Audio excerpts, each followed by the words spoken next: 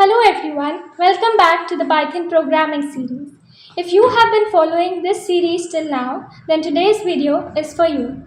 In today's lecture, we'll be covering 130 carefully designed MCQs that cover every concept of Python that we have discussed so far. So, pause every question, think carefully, check your answer, and look for the explanations. By the end of this video, you'll be able to know which all topics you need to revise before your interviews or your exams. So, without wasting any more time, let's get started and strengthen our concepts in Python.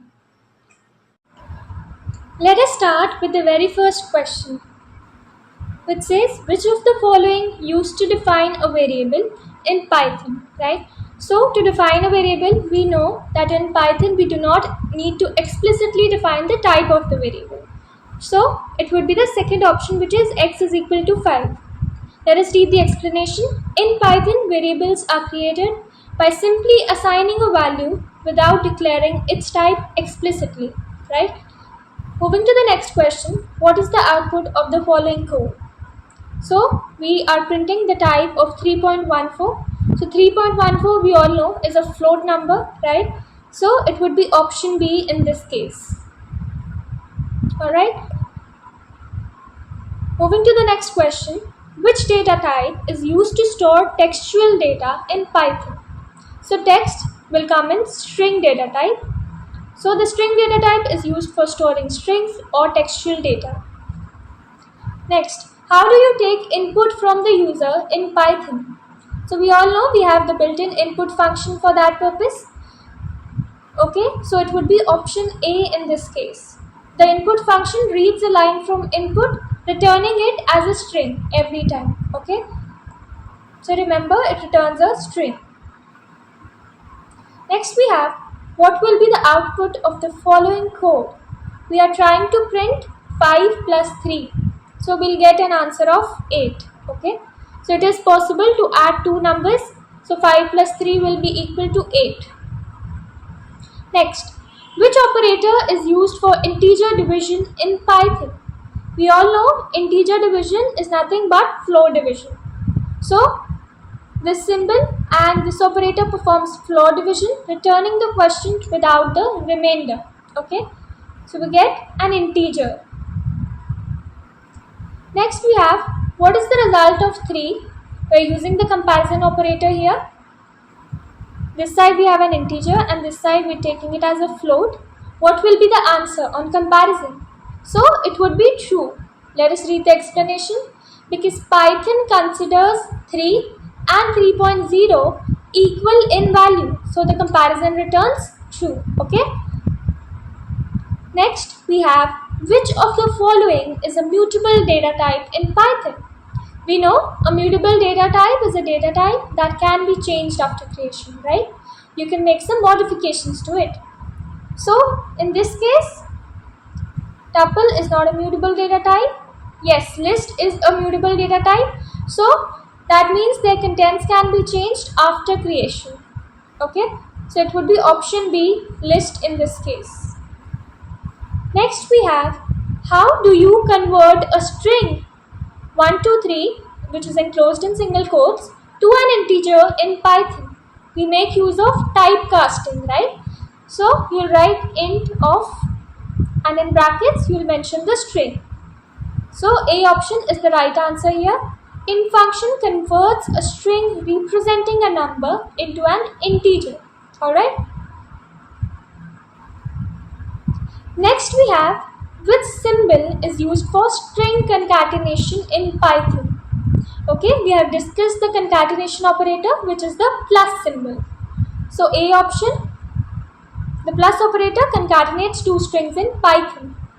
Okay, so string concatenation is fully possible in Python. Next we have, what is the output of the following code?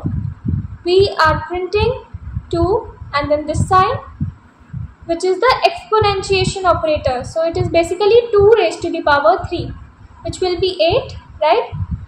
So this is the exponentiation operator. 2 raised to the power 3 equals 8. Alright. Next, which function is used to get user input as a string? So to get the user input, we have the built-in function which is input. It reads a line from input and returns a string. Okay. Next, what will be the output of the code? Print bool of 0. So it will be false. Why? We all know 0 is considered a false value in Boolean, right? So 0 is considered as false in Python. So we'll get false as the answer. Next, which operator is used for modulus or the remainder operation? We know it is the percent sign, right?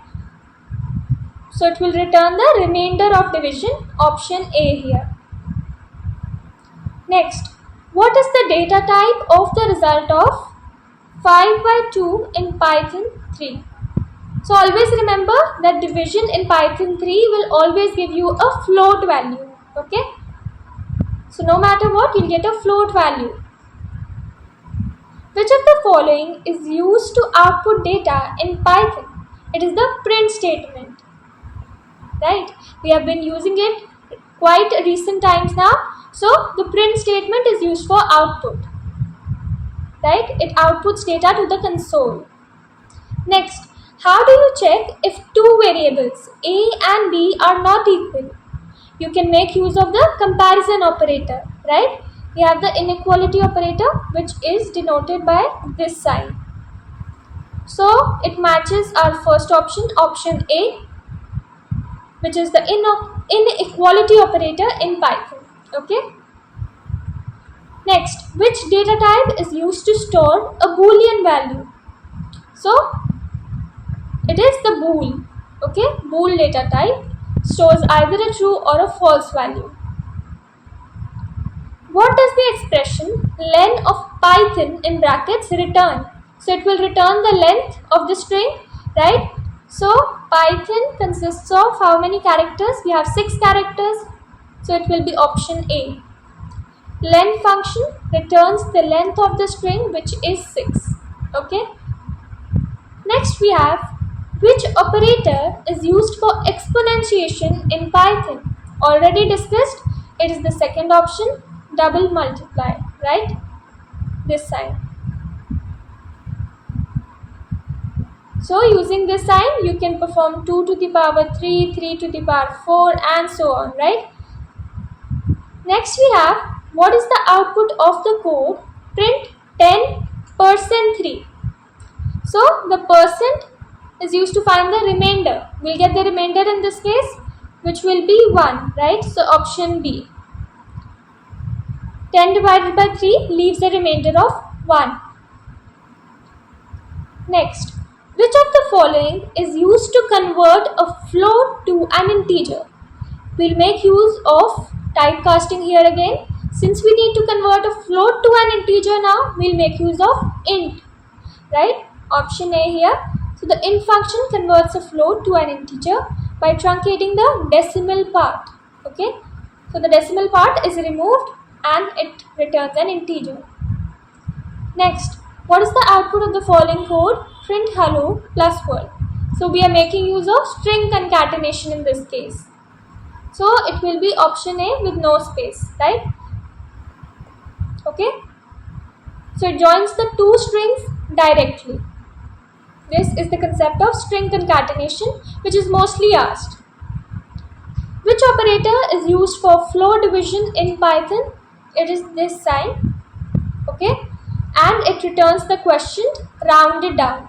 Okay. So an integer is returned. It is also called integer division. Next, what is the type of the expression 4 plus 3.0? So this is an integer and this is a float value, and as a result the answer would also be a float. Okay. Adding an int and a float results in a float. Next, let's move to part 2 of the MCQs, which says which keyword is used to make decisions in Python. So we know that the if condition is used to make the conditions, right? To evaluate a certain condition. Alright. Next we have which statement is executed when the if condition is false. So if the if condition is false, it will directly move to the else block, right? So if else.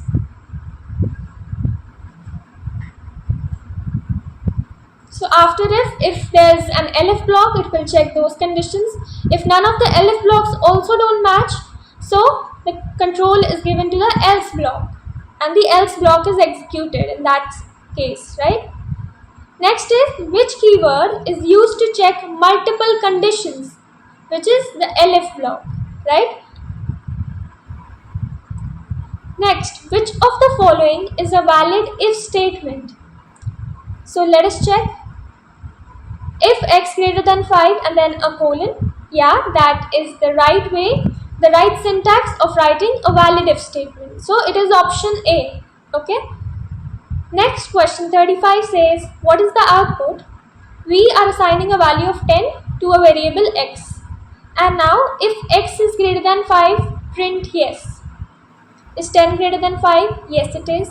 So a yes will be printed. Option A is the right answer. Moving to question 36. Which statement is used to represent a block of code? So to represent a block of code, we have the for loop. Okay.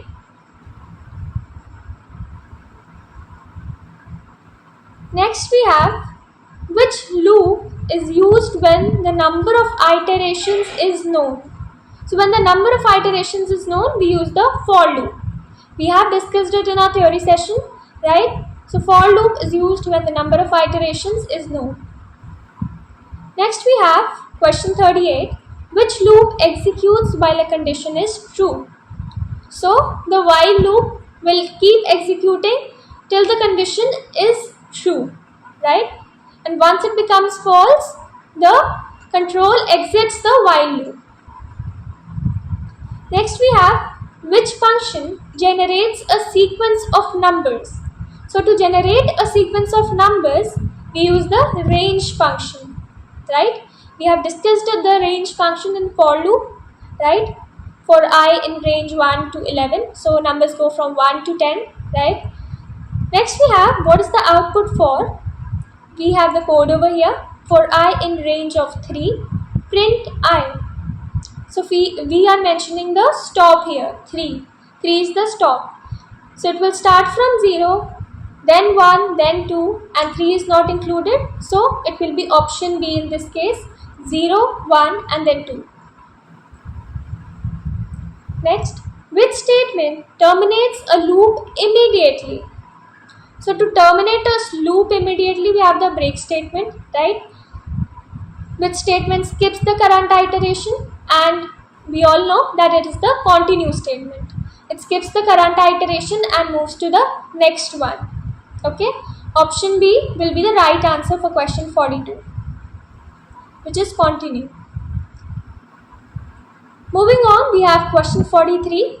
Which statement does nothing and acts as a closed placeholder? So past statement will be the correct answer, option C. Next, which loop can become infinite if the condition never becomes false? So the answer will be while loop, right? So in while loop, when the condition remains true all the time, then the while loop keeps executing. As soon as it becomes false, there is a terminating condition achieved, it exits the loop, right?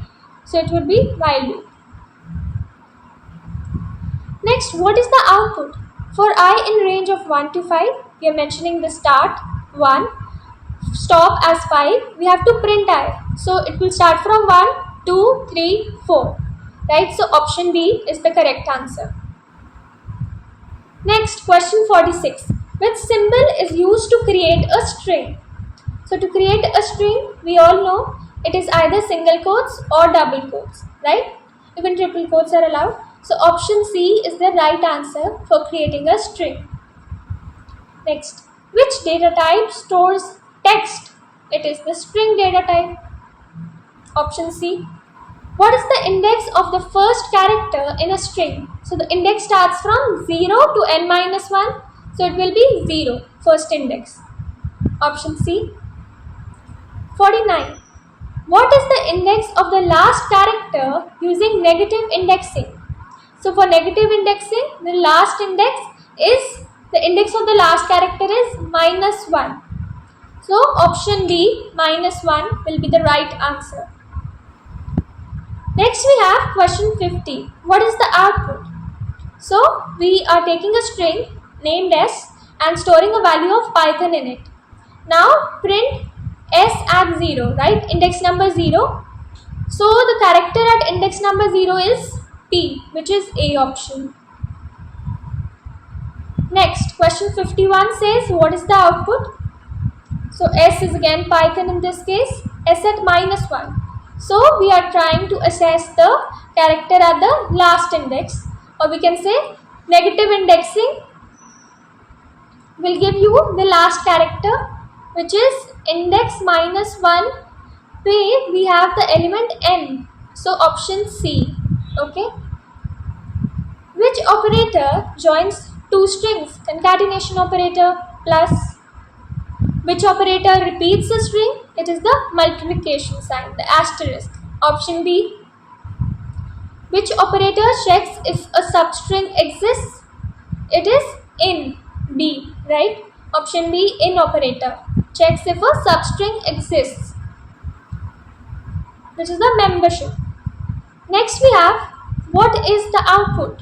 Print pi into 3. So pi will be repeated 3 times. So option A is the right answer. Okay, no space in between. Next, which method converts a string to uppercase? So to convert a string to uppercase, we have the upper method, and methods are used with a dot operator. Okay, you can assess the methods using a dot operator. So you write string dot upper. So it will be option A, which is upper. Similarly for lowercase, you have the lower method. So for question 57, option A, lower, is correct. Next, which method removes spaces from both ends of a string? So it is the strip method. It will remove the spaces from both ends. Okay, all the space characters are removed using strip, option B. This is an important question. Okay, always remember this point, that strip method is used to remove spaces from both ends of a string. Okay, next we have question 59. Which method replaces one substring with another? We have the replace method for that, wherein in brackets you mention the old string and the new one you want to replace it with. So option B, replace. Next we have question number 60, which says, which string formatting method is recommended in modern Python? So it is the format or the F string method. Okay, always remember this. Percentage string formatting method is the least preferred, whereas the F string and the format method, we prefer those. Next, we are done with part 2.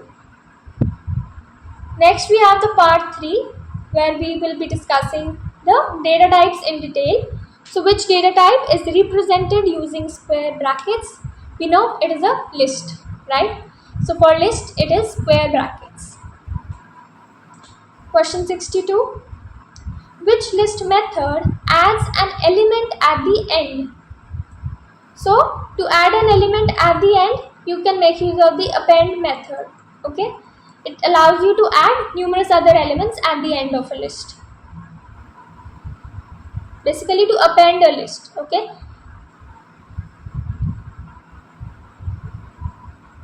Next we have, which list method adds multiple elements to a list? So to add multiple elements, you can make use of extend, right? We have discussed the difference between the append method and the extend method, and extend method is more useful to add multiple elements in a list. Then question 64 says, which list method inserts an element at a specific position? So to insert an element at a specific position, we have a special method, which is the insert method. Okay, You can mention the index and then insert that element at that index. Question 65 says, which list method removes the first occurrence of a value? So to remove the first occurrence of a value, we have the remove method. Okay, so the first occurrence is removed in remove method. Next we have question 66. Which list method removes an element using its index? So it is pop. It removes and then returns the new list, right? Which list method removes all elements from a list?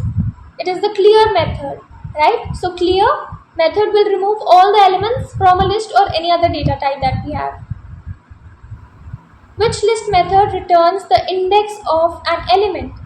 It is the index method. It will return the index of a particular element that you want to know. Okay. Moving to question 69. Which list method counts the occurrences of an element? We have count for that. So option B, count, is the right answer for question 69. Moving to question 70, which says, which list method sorts a list in ascending order? So for that we have the answer as C option, which is sort. The sort method is used to arrange a list in ascending order. Okay. Next we have question 71. Which list method reverses the order of elements? So you can use reverse for that method, or you can even write inside sort, you can write reverse is equal to true. Okay. So basically reverses the order. The answer closest option would be option A, which is reverse. Next, which list method creates a shallow copy of a list? So to create a shallow copy, you use the copy method, B part, right? B option. Moving to question 73 now. So which built-in function returns the length of a list? So to return the length of a list, we have len, which is C option. Question 74. Which built-in function returns the largest element? So for that we use max, and for the smallest element we have min. Question 75. Which built-in function returns the smallest element? It is min. Option B. Which data type is immutable? Immutable means you cannot make any changes to a data type after it has been created, right? Its contents cannot be changed. So list is mutable, dictionary, tuple, and set. So the correct answer is a tuple. Okay. So a tuple is an immutable data type. Option C. Tuples are created using, we write tuples in the parentheses, right? So option B here. Next we have question 78, which says, which tuple method counts occurrences of an element? So to count the occurrences of an element, we have the count method. Okay, we have discussed it in lists as well. Question 79. Which tuple method returns the index of an element? So it is index, option C. Which data type stores only unique elements? So we know that unique and distinct elements are stored in a set, right? So set does not allow duplicate entries. Only unique elements are there in a set. Option C. Sets are created using the curly braces. C option. Okay. And we even discussed that even the dictionary is written in curly braces only, but it consists of key value pairs. Okay. And to create an empty set, you cannot mention only the curly braces because it will create an empty dictionary instead. So for that you use the built-in function, which is the set function, right, to create an empty set. Next we have, which set method adds one element? It is the add method. Option C. Moving to question 83. Which set method adds multiple elements?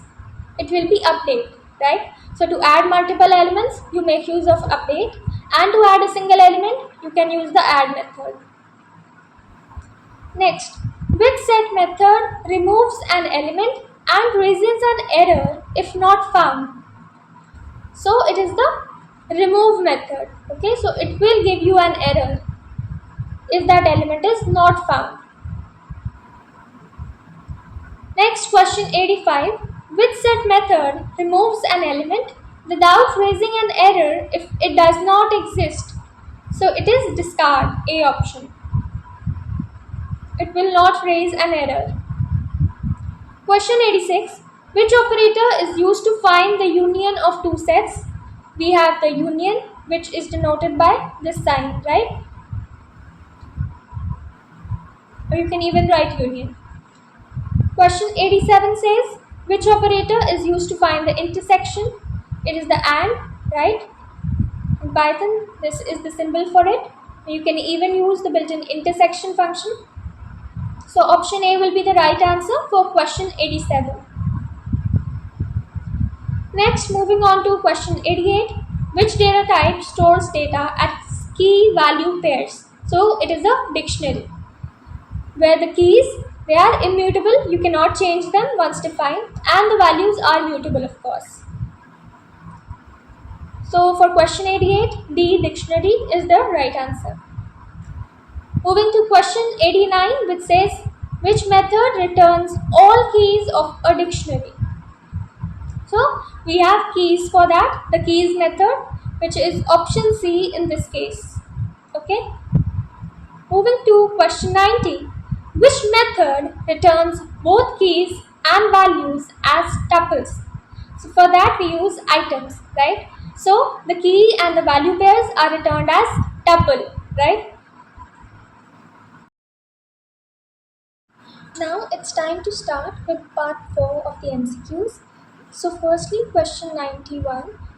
It says, which keyword is used to define a function in Python? So to define a function, we use the def keyword, right? So it is option C here. Next, moving on to question 92. Which keyword is used to return a value from a function? So to return a value, we use the return keyword. And then since it is passed back to the caller, we need to print it, right? Moving to question 93. Which function is used to display output? So to display the output, we use the print statement. Option C, print, is the right answer for question 93. Alright. Next we have question 94. What is the default return value of a function if no return statement is used? So in that case, as discussed, it would be none, right? It returns none. Next we have, which type of argument is passed according to its position? So it is the positional argument, where the position is fixed, the order is known. Next, question 96 says, which type of argument has a predefined value? So for a predefined value, it would be default arguments, right? So if you pass a value, it would be assigned, otherwise it will take the default argument, the default value. For question 96, default arguments will be the correct answer. Question 97 says, which symbol is used to pass multiple positional arguments? So to pass multiple positional arguments, we use the asterisk sign, right? We have discussed it. So it would be option B, the asterisk. Next, which symbol is used to pass multiple keyword arguments? It is asterisk asterisk, right? KW args. Next, which keyword creates an anonymous function? So an anonymous function, we even call it a lambda function, right? Name is not defined. So the lambda keyword is used. So question 99, A option lambda will be the correct answer. Moving to question number 100, which scope belongs to variables declared inside a function? So there are two types of scope, either a global scope or a local scope. Since the variable is declared inside a function, it will be local. So local scope, option B, yes, it is the right answer. Okay. Next, what is OOPS? So object oriented programming. We all know it by now. So option A will be the right one. Moving to the next question, which keyword is used to create a class? So to create a class, we use the class keyword, right?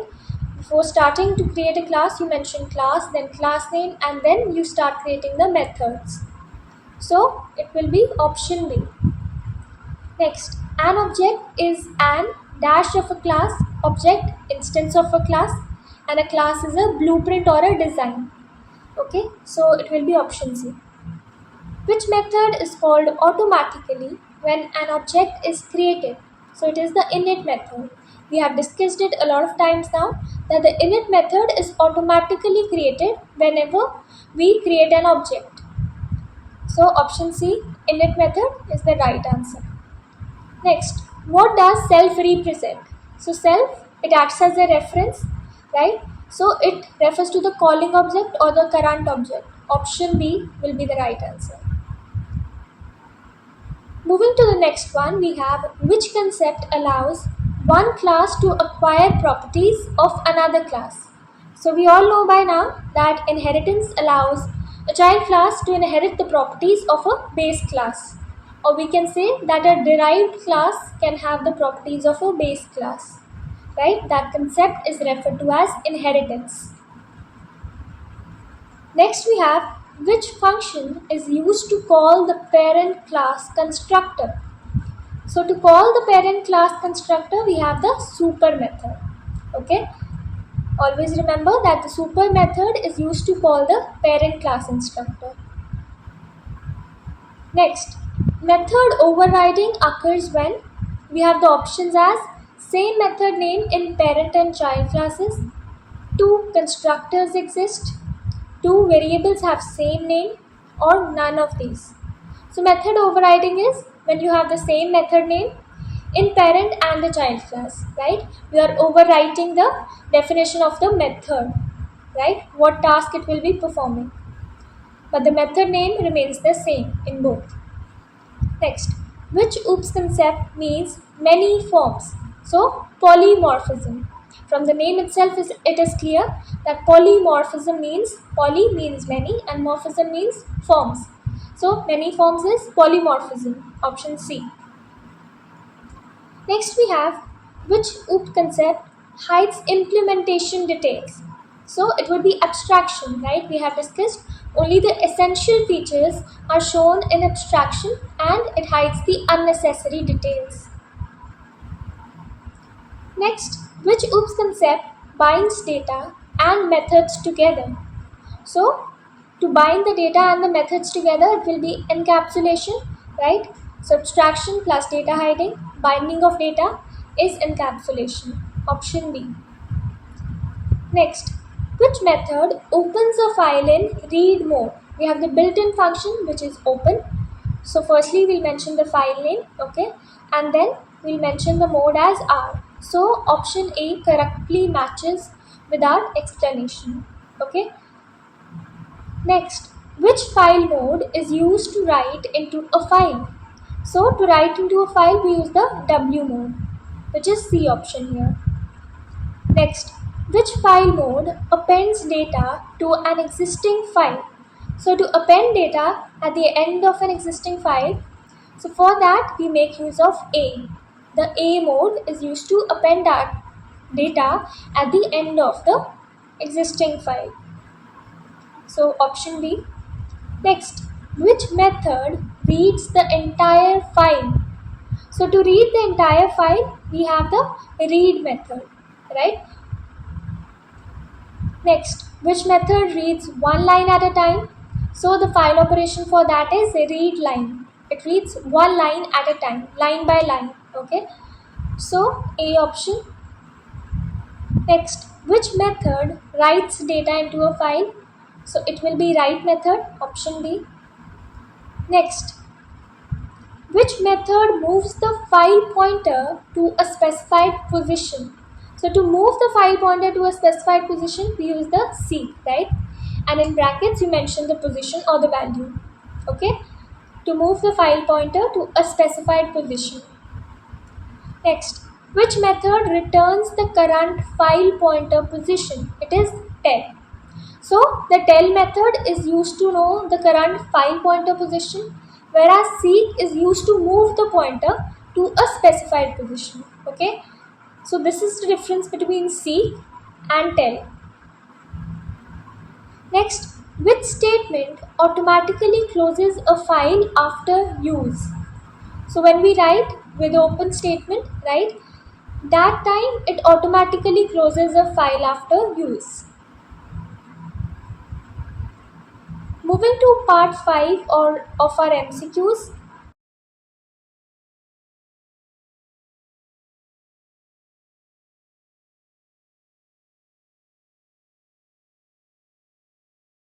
Which module is used for regular expressions in Python?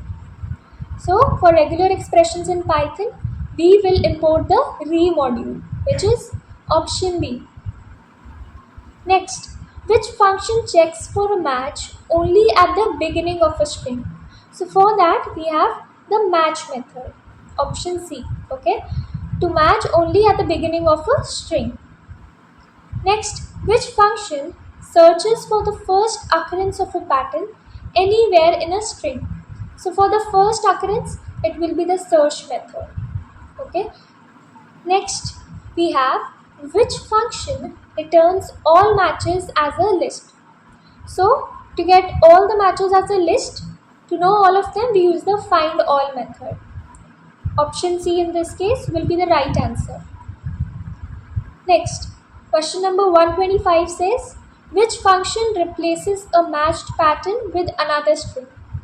So to replace a matched pattern with another string, you use the sub, okay. This is an important point here, that you won't be using replace method, replace function here. You would be using the sub function, okay, as a substitute to replace the matched pattern with another string. Next we have which regular expression symbol matches any single character except a new line. So for that we have the dot symbol. Okay, so option B, it will match a single character except a new line. A new line is not considered. Next, which regular expression symbol represents the beginning of a string? So for that, the regular expression symbol is the A option, which is this sign. Okay, so it will represent the beginning of a string. The string should start with the characters which are mentioned after this. So which regular expression symbol represents the end of a string? That is for the start, the beginning of the string, and for the end of the string we use the dollar symbol. Okay, this is for the end of the string. Moving to the next question, we have which regular expression pattern matches one or more occurrences of the preceding character. So for that we have the plus expression. Okay, so the plus operator, that pattern matches one or more occurrences of the preceding character. The last question we have is which regular expression pattern matches 0 or more occurrences of the preceding character, that is the asterisk sign. So for one or more occurrences of preceding character, it is a plus, and for 0 or more occurrences of the preceding character, it is an asterisk sign. Okay, so this was all for the MCQs, and hope you got to learn a lot and you were able to identify which all areas you lack so that you can revise it.